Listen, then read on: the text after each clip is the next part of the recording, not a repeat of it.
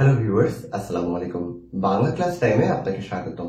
আমরা আজকে আলোচনা করব বাংলা ব্যাকরণের খুবই গুরুত্বপূর্ণ একটা টপিক, বাংলা বানান নিয়ে।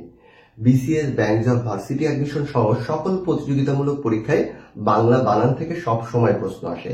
এখান থেকে প্রশ্ন হয়ে থাকে নিচের কোন বানানটি শুদ্ধ বা নিচের কোন বানানটি অশুদ্ধ। এ জাতীয় সকল প্রশ্নের উত্তর দিতে বাংলা বানান সম্পর্কিত আমাদের ভিডিওগুলো আপনাকে সর্বোচ্চ সহযোগিতা করতে পারবে ইনশাল্লাহ।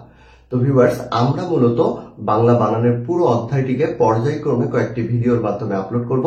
আপনি যদি প্রত্যেকটা ভিডিও প্রথম থেকে শেষ পর্যন্ত মনোযোগ সহকারে দেখেন, তাহলে এই বাংলা বানান সম্পর্কিত যে কনফিউশন গুলো আছে সেগুলো দূর হয়ে যাবে ইনশাল্লাহ। আমরা এখন আমাদের মূল আলোচনায় চলে আসি। আমরা আজকে দেখব কোথায় অনুস্বার এবং কোথায় ও বসে।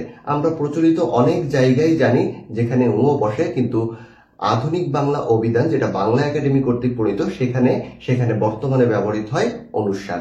তো আমরা প্রথম যে রুলটা আছে সেটা যদি একটু খেয়াল করি, শব্দের শেষে সাধারণভাবে অনুস্বার ব্যবহৃত হয়।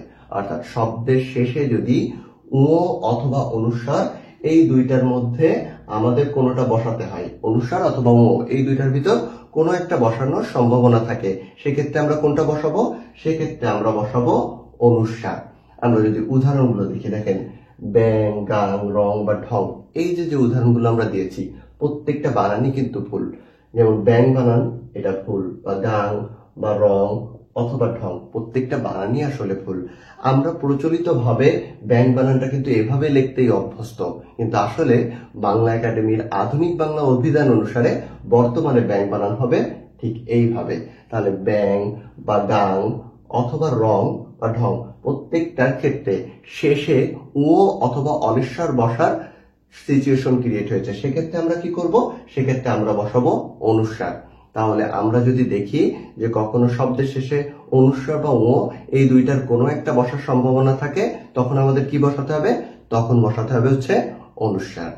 এখন বিষয় হলো, যদি এই অনুস্বারের সাথে কখনো স্বর যুক্ত হওয়ার সম্ভাবনা তৈরি হয়, অর্থাৎ অনুস্বারের সাথে স্বর বা যে কোনো কার যুক্ত হওয়ার সম্ভাবনা হয়, তখন আর আমরা অনুস্বার বসাতে পারবো না।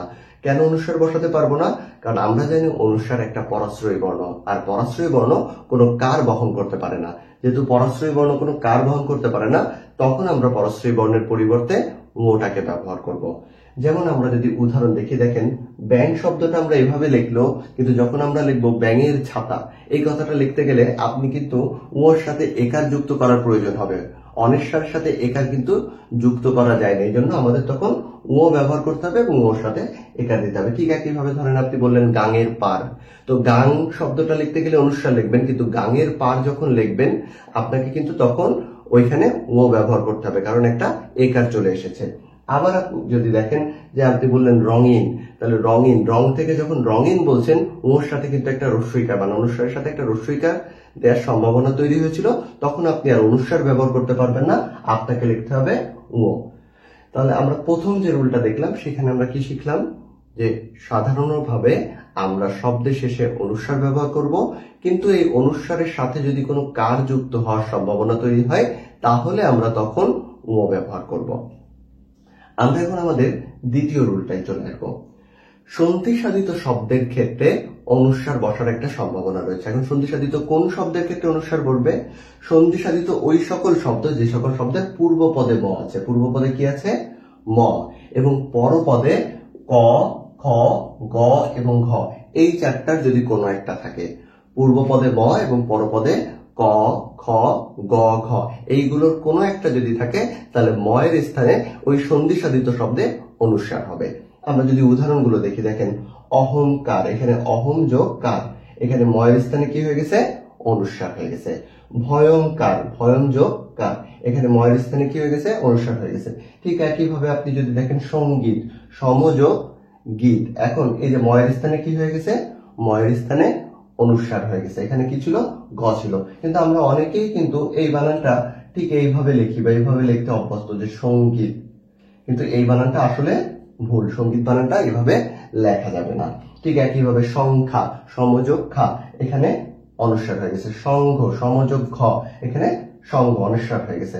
অনেকে কিন্তু সংঘ বানানটা ঠিক এইভাবে লিখে থাকেন যে সংঘ, এটাও কিন্তু ভুল। আমাদের সংঘ বানান কিভাবে লিখতে হবে?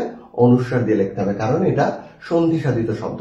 তাহলে আমরা এখান থেকে দেখলাম যে এখানে ক আছে, এখানে ক আছে, এখানে গ, এখানে খ, এখানে ঘ, এবং প্রত্যেকটার ক্ষেত্রে পূর্ব পদে কিন্তু ম আছে। তাহলে পূর্ব পদে ম এবং পরপদে যদি ক, খ, গ, ঘ এই চারটার যে কোনো একটা বর্ণ থাকে, তাহলে সন্ধি সাধিত শব্দের ক্ষেত্রে আমাদের কি করতে হবে, ওইখানে অনুস্বার বসাতে হবে। তাহলে বিষয় দাঁড়ানো যায়, তাহলে এই বিষয়টা কি দাঁড়ায় যে সন্ধি সাধিত শব্দ ব্যতীত অন্য শব্দের ক্ষেত্রে আমরা কি ব্যবহার করব? অন্য শব্দের ক্ষেত্রে কি আমরা অনুস্বার ব্যবহার করব? না, অন্য শব্দের ক্ষেত্রে কিন্তু অনুস্বার ব্যবহার করা যাবে না। যেমন দেখেন অঙ্ক, এটা কিন্তু সন্ধি সাধিত শব্দ নয়। তাহলে এটা যেহেতু সন্ধি সাধিত শব্দ নয়, এখানে কিন্তু কি বসেছে, এখানে ঙ বসেছে, অনিস্বার বসে নাই। অর্থাৎ সন্ধি সাধিত শব্দে ক, খ, গ, ঘ পরপদে এবং পূর্বপদে ম থাকলে ময়ের স্থানে অনুস্বার বসাতে হবে, কিন্তু সন্ধি ব্যতীত অন্য শব্দের ক্ষেত্রে আমরা কিন্তু আর এই জায়গাটায় অনুস্বার ব্যবহার করতে পারছি না। এখানে আমাদের কি ব্যবহার করতে হবে, ঙ ব্যবহার করতে হবে। আমরা কিন্তু অনেকে অঙ্ক বানানটা ঠিক এইভাবে লিখি, কিন্তু অঙ্ক এই বানানটা আসলে ভুল।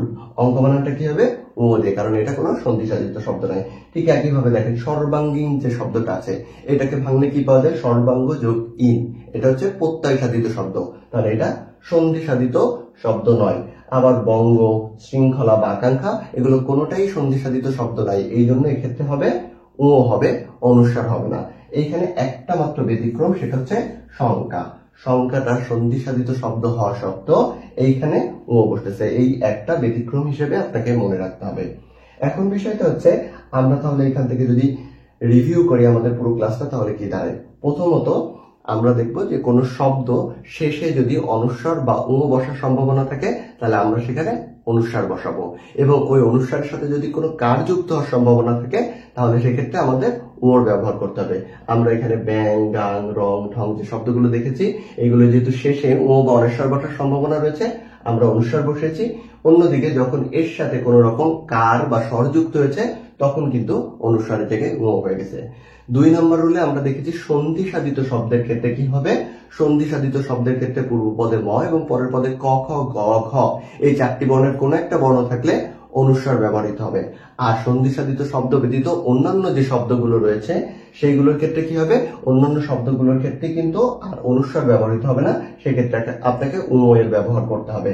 এখন অনেক সময় যে প্রশ্ন আসতে পারে, ধরুন আপনাকে বললো অঙ্ক শব্দটিতে কেন অনুস্বার বসতেছে না, এখানে কেন ঙ হলো, তো আপনি তখন অপশনে থাকবে যেটা সন্ধি সাধিত শব্দ নয়। তাহলে সন্ধি সাধিত শব্দ না হলে সেক্ষেত্রে কি হতে পারে, ঙ হতে পারে অনুস্বারের জায়গায়। আর সন্ধি সাধিত শব্দ ক, খ, গ, ঘ পরপদে এবং পূর্বপদে ম থাকলে ময়ের স্থানে অনুস্বার পড়বে। তো ভিউয়ার্স, আমাদের আজকের ক্লাসটা এই পর্যন্ত। আমাদের ভিডিও ভালো লাগলে ভিডিওটি লাইক করুন, আমাদের আপনার মূল্যবান মতামত কমেন্টস এর মাধ্যমে জানান, এবং আমাদের চ্যানেলটিকে সাবস্ক্রাইব করুন। ধন্যবাদ সবাইকে। আসসালামু আলাইকুম।